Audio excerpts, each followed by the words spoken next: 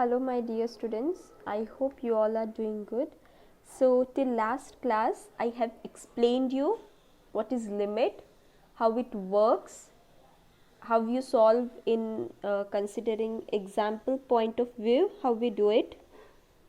We had done a theorem and one theorem I had said you to do it, right, to do that proof, and based on that I had done one example too, right.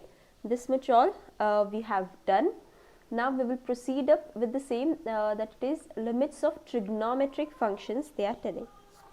So we have again here a theorem. What it tells, let f and g be two real valued functions with the same domain such that your f of x is less than equal to g of x for all x, okay, in the domain, whatever the domain they have given. For some a, means for some point you have two functions. See here I have drawn two, you have the diagram, your f of x function and your g of x function, same point, at the same point they are. So if your limit f of x as x tends to a and limit of this both exist, then limit of f of x is less than limit of g of x as x tends to a. When function is less than, when one function is less than to another function, its a limit also follows the same rule. Okay. So this is your theorem 3. There is no proof in this. Just write it down this. Next we have theorem 4, which is called as sandwich theorem. Okay.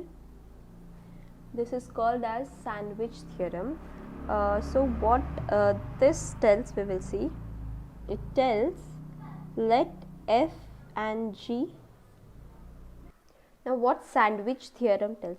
See, by the word sandwich itself we come to know three functions will be there. One function is mid of that function. Now here see, above it was two function.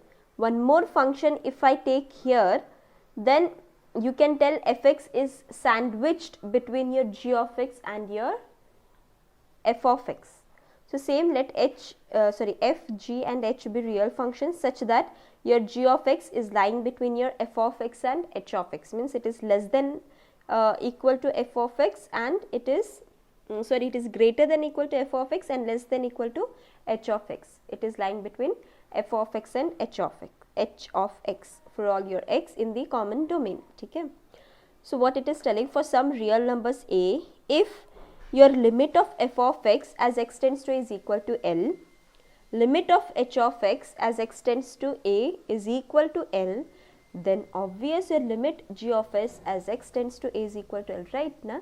See, when you have here one more, now this I have taken as h of x, suppose f of h of x, f of x and g of x. So when your h of x is equal to L, g of x is equal to L, so automatically the middle part which has been a sandwiched part of that, that also is equal to the same limit, right? We will see that diagram too. In the same way, just one more function comes.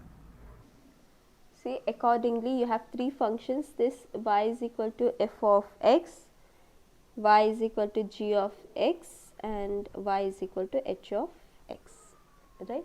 So if like this, means obvious this function is lying between your f of x and g of x, h of x.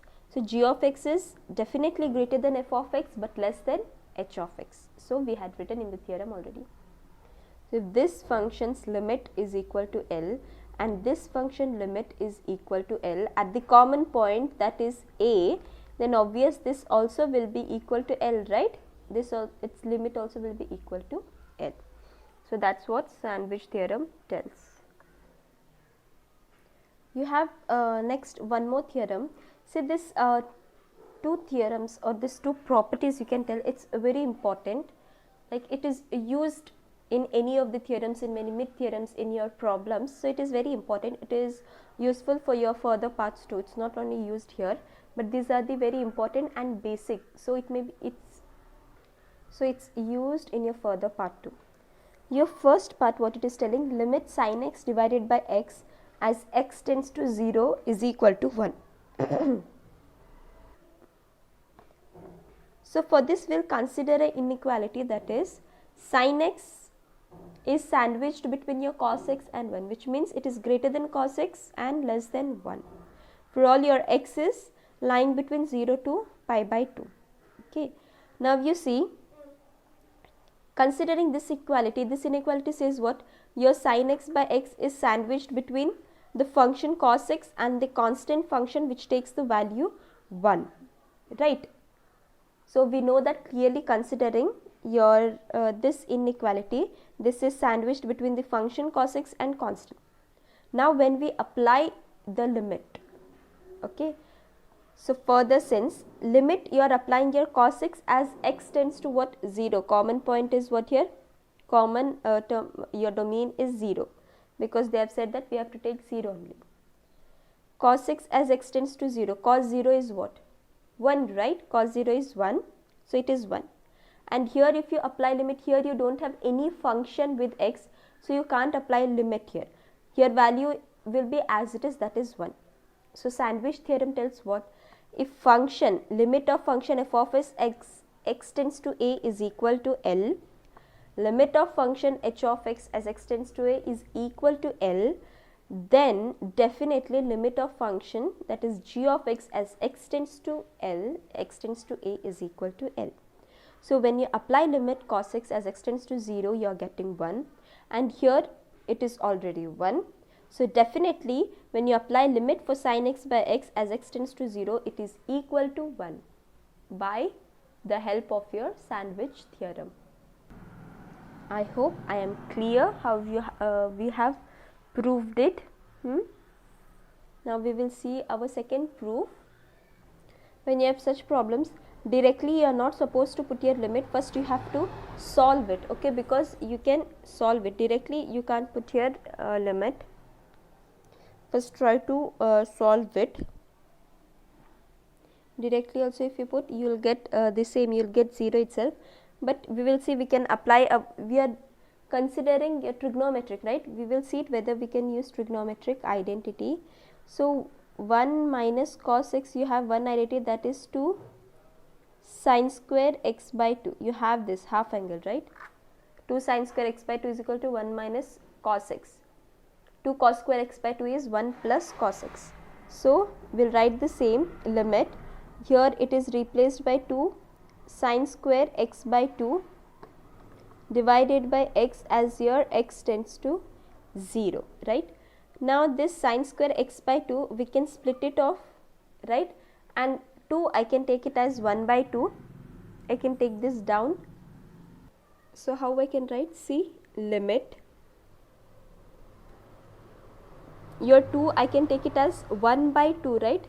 Means it goes here, sin x by 2 into sin x by 2. I have splitted your sin square in 2 parts, divided by, I have written x by 2. Does it make any changes to the above term? Does this make any changes? No, right? Just we have written it in some different way. See, x by 2, if I take 2, if it goes to the numerator, which you get the same, and sin x by 2 is sin square x by 2, and here you get x. Simple. Just to make it in this form and get the answer, we did it like this. Now what we will do? See, at limit sin x by 2 divided by x by 2, we will apply 1 for this limit and this separate limit. Why we will apply here? Because now previously we got limit sin x by x is equal to 1, we have got, right? So the same we can do here. We will get it in that form, sin x by 2, can you see? Okay, divided by x by 2 as your x tends to 0, and again limit sin x by 2 as your x tends to 0, because limit is for both, so I can split it like this. Now you can see, I'll write here, okay, limit x by 2, limit sin x by 2 divided by x by 2 is what? According to a limit sin x by x, it is equal to 1 into, here if I put 0, sin 0 is 0 into 0, so you are getting here 0, 1 into 0 is 0. So therefore So therefore limit 1 minus cos x divided by x is equal to 0. If you put here directly also, see 1 minus cos 0 is what? 1. 1 minus 1 is 0 divided by 0. So 0 divided by 0 you can take it as 0 also. So this too you have to remember it. It's like very important. Okay. Now we'll proceed to our exercise part, problematic part. Along with that, even you can take this. It's not mentioned in textbook, but it is helpful for in problematic or any how it will be useful. So take it, limit tan x divided by x as x tends to 0 is equal to 1. Limit e to the power x minus 1 divided by x as x tends to 0 is equal to 1. Limit log of 1 plus x divided by x as x tends to 0 is equal to 1. Okay. So we'll start with the exercise part. Exercise 13.1. Evaluate the following limits. See here you have limit x minus 22 by 7 x tends to pi or x approaches to pi anyhow. So when you have single functions or simple functions, go for direct limitation. Okay, direct limit and finding the value. We don't want here to check for left hand side, right hand side, because directly they have given evaluate. Okay. So as we have said, when you are doing limit f of x as x tends to a, we get f of a, right? So direct substitution we will do, like how limit sin x is there as x tends to a. So what we are doing, we will get sin a. So directly we will do. When we are applying our left hand side and right hand side, you'll come to know. Okay, when you have the functions is bricked, when you have in a group they have given the functions, that time you can apply there. For this and all, directly you can apply. If they ask you here to check existence, if they tell, then you can go for left hand side, right hand side, and at that point yeah, directly evaluate they have said, and normal they have given.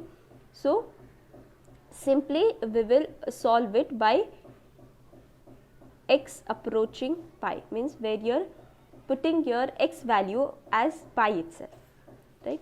So what we get, pi minus 22 by 7, and you know pi value, approximate pi value is what? It is 22 by 7 only, right? 22 by 7 minus 22 by 7. So plus minus get cancels off and you'll get 0. So therefore limit x minus 22 by 7 as x tends to pi is equal to 0. I hope I am clear how we have to solve. For this functions, now just directly you solve it. No need of going for left hand side or right hand side. Fifth question, limit x raised to 10 plus x raised to 5 plus 1 divided by x minus 1 as your x tends to minus 1. So previously when solving your just example part also I had said you, whenever you have like in the form of your quotient, okay, in your division part, you must be very sure that your denominator part doesn't mix it as 0. Whatever the limit they have given, when we substitute it, it shouldn't make it 0. If that makes 0, then it will be undefined, right? So first we have to check whether it is making it 0 or no. If it is making it 0, then what we have said you, we have to try to solve it, right? We have to try to solve it, reduce that form or factorize anyhow. We have to try to solve it and get the value. Okay. So first we will see that whether 0 by 0 form or infinity by infinity form like this we will get or no. So see, when I put here as x tends to minus 1, so minus 1 it is minus 2. So it is not making as 0. So directly I can put it. First write the given function x raised to 10 plus x raised to 5 plus 1 divided by x minus 1 as your x tends to minus 1. So we can put here directly because it is not making denominator 0. So minus 1 raised to 10 plus of minus 1 raised to 5 plus 1 divided by minus 1 minus 1. So now minus 1 raised to 10 is what? 1. Minus 1 raised to 5 is minus 1 plus 1, and here you will get minus 2. So plus 1 minus 1 get cancels. So your answer is what? Minus 1 by 2, means 1 by minus 2. See here, if you have like this, if you get confusion like Some might be writing minus 1 10 times. So one trick you can do is, whenever minus 1, if it is raised to even numbers, okay, if it is raised to even numbers, it becomes positive, means you will get plus 1. If your minus 1 is raised to odd number, you get minus 1 itself, okay, negative you will get. So you can remember in such a way. We'll proceed up to the next problem. So you have 18th question. What it tells, limit x raised to 4 minus 81 divided by 2x square minus 5x minus 3 as your x tends to 3. So when you have in division, as I have said you even in this problem, first we will check our denominator by substituting our x value. If we are getting it 0, then we try to adjust it, we try to modify the problem and then get the value, because we want the value. If you're not getting it 0, then we will directly find the limit. So first we'll see 2, 3 square is what, 9, so 9 2 is 18 minus 5 3 is 15 minus 3. So you can see 15 minus 3 is 18 minus 18, so definitely you are getting it as 0. So you will get 0. So obvious we will avoid this part and we will try to modify it. So it is in algebraic part, so we will try to do something. See, denominator we can go for quadratic equation, and even numerator you can see, we can here also we can apply the identity. How I can do? See, x square whole square I can do it right like this, and even this I can write as 9 square, so that I can get a square minus b square. And your denominator you have 2x square minus 5x minus 3, so we can split it, minus 6x plus 1x minus 3, right? Quadratic equation, you are getting 6 and you should get minus 5, so you should get minus 6 and plus 1. 6 ones are 6 and minus 6 plus 1 is your factors for this. Now we can do it properly. Here a square minus b square is nothing here, a plus b into a minus b, which is nothing, a square minus b square. So x minus 3 x square minus 3 x square plus 3, we have to do it.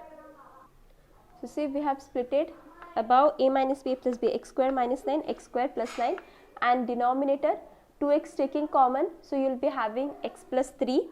Then again from the next two terms taking one common, you will get x minus 3.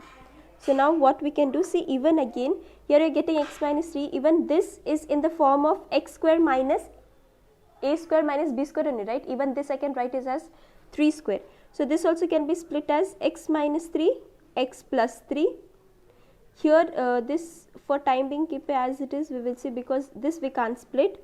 And here you are getting x minus 3 and 2x minus 1, right? X minus 3 x minus, so x minus 3 2x plus 1, sorry, 2x plus 1 as your x tends to 3. So from this you can see x minus 3 gets off, and you will be having x plus 3 x square by 9 2x plus 1. So same we will write x plus 3 into x square plus 9 divided by 2x plus 1 as your x tends to 3. Now if we put here 3, are we getting 0? No. So directly we can put our limits. So here you will get 3 plus 3 9 into 3 square is again 9, 9 plus 9 is 18 divided by 2 3s are 6, 6 plus 1 is 7. See, here I made mistake, here it should be 3 plus 3, right? 3 plus 3 is 6, 6 into 18 is nothing, 108 divided by 7. So this is your answer. I hope I am clear how you have to do. Now I am very sure that you are not getting confused between the limits and putting the values, okay? This approaches means what? I have already said you. Approaches, right side, left side, means it is not exactly equal to 2, it is not exactly equal to 2. It is somehow 3.001, or if you are taking less, then it will be 2.999. So instead of taking 3.001, you only will take, ma'am, it is very near to 3, so we will take 3 itself. And you can tell 2.99 is very near to 3, so we will take 3 only. So this means is that only, it is very near point values. So while putting the limit directly we are putting 3, which means that whatever answer we'll get for this parts, we'll get this value for the same when you substitute at 3 only. So that it means 10th question, limit z raised to 1 by 3 minus 1 divided by z raised to 1 by 6 minus 1 as your z tends to 1. See when solution, right? See when you see this function, you can remember the theorem, right? Which theorem? Limit as x raised to n minus a raised to n divided by x minus a as your x tends to a is nothing but what? N a raised to n minus 1, right? It is in that form. Am I correct? Both numerator and denominator, you have x raised to n minus a raised to n. So you can get it in this form itself and directly you'll get the answer. So, and you can see this is in the division. So using your algebra of limits, how limits will be applied for both your numerator and your denominator. So limit z raised to 1 by 3 minus 1 as your z tends to 1, again divided by limit z raised to 1 by 6 minus 1 as z tends to 1. Okay. So limit applies for both. Now as you can see in your numerator, you have z raised to 1 by 3 minus 1 and here you have z raised to 1 by 6 minus 1. To get it in this form, in both the parts only you have x raised to n minus a raised to n, right? See, if I make it 1 raised to 1 by 3, does it make any changes? No, right? Anything raised to 1, you get 1 itself. So here also 1 by raised to 6 I can do. So you just have x raised to n minus a raised to n part. You don't have x minus a in both the part, and you can see in both the part you need z minus 1 itself. So z minus 1 here and z minus 1 here you can do only, because if you see, if it goes in numerator, this and this get cancels off anyhow. So what you're doing is correct. Here again you don't need to multiply, or else what we do, we divide and multiply, right? If something we are inventing, or if something new term we want in that. But here you can see automatically it is okay for both. So now you can see limit x raised to n minus a raised to n divided by x minus a is nothing but n a raised to n minus 1. So directly I'll write here itself. So this becomes limit z raised to 1 by 3 minus 1 by 3 z minus 1 as z raised tends to 1. Here n is what? Nothing but 1 by 3. A is your 1 raised to 1 by 3 minus 1 divided by, here you have 1 by 6 into 1 raised to 1 by 6 minus 1. So 1 by 3, see here 1 raised to, if you do this also 1 by 3 minus 1, you will get minus 2 by 3, anyhow it will be 1 itself. Okay. And here also you will get 1 by 6. So how you can do 1 by 3 into 6 by 1, so 3 ones are 3 twos are. So your final answer you are getting it as 2. I hope you can see. Final answer you are getting it as 2 itself. If you do anything raised to with 1, you will get automatically 1 itself. So your final answer is 2. I hope I am clear. This was your today's class. We'll meet in the next class. Please note down it properly. Thank you, students.